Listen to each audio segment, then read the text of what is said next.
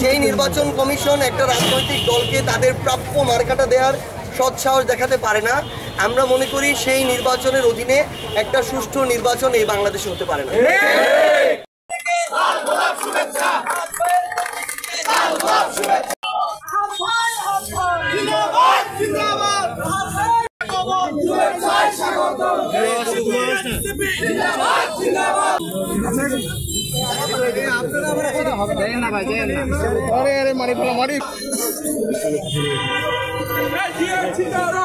যেই নির্বাচন কমিশন একটা রাজনৈতিক দলকে তাদের প্রাপ্য মার্কাটা দেওয়ার সৎসাহস দেখাতে পারে না, আমরা মনে করি সেই নির্বাচনের অধীনে একটা সুষ্ঠু নির্বাচন এই বাংলাদেশে হতে পারে না।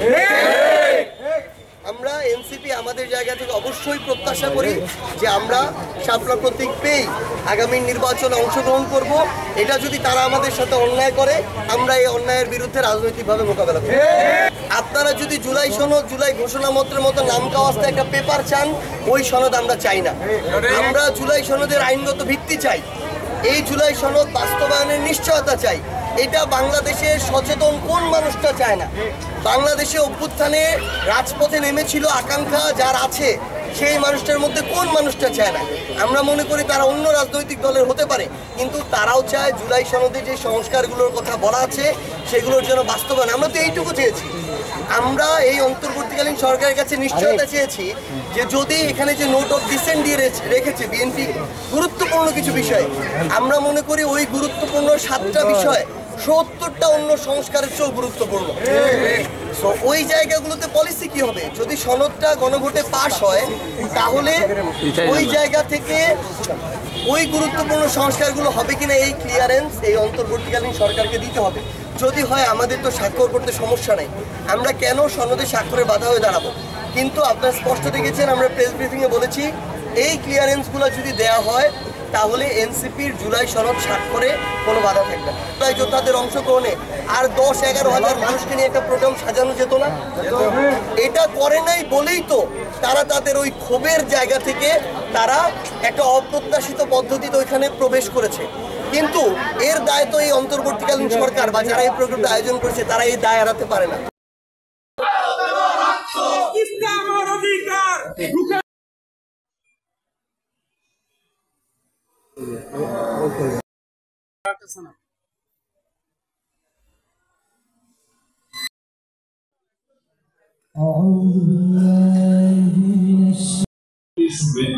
আমাদের উপজেলার যারা প্রধান সমন্বয়কারী এবং জেলার যারা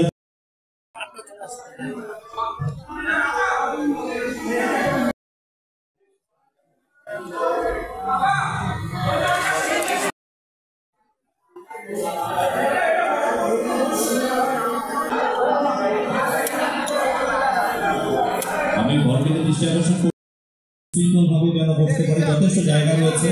এখনো বিভিন্ন উপজেলা থেকে শুধুমাত্র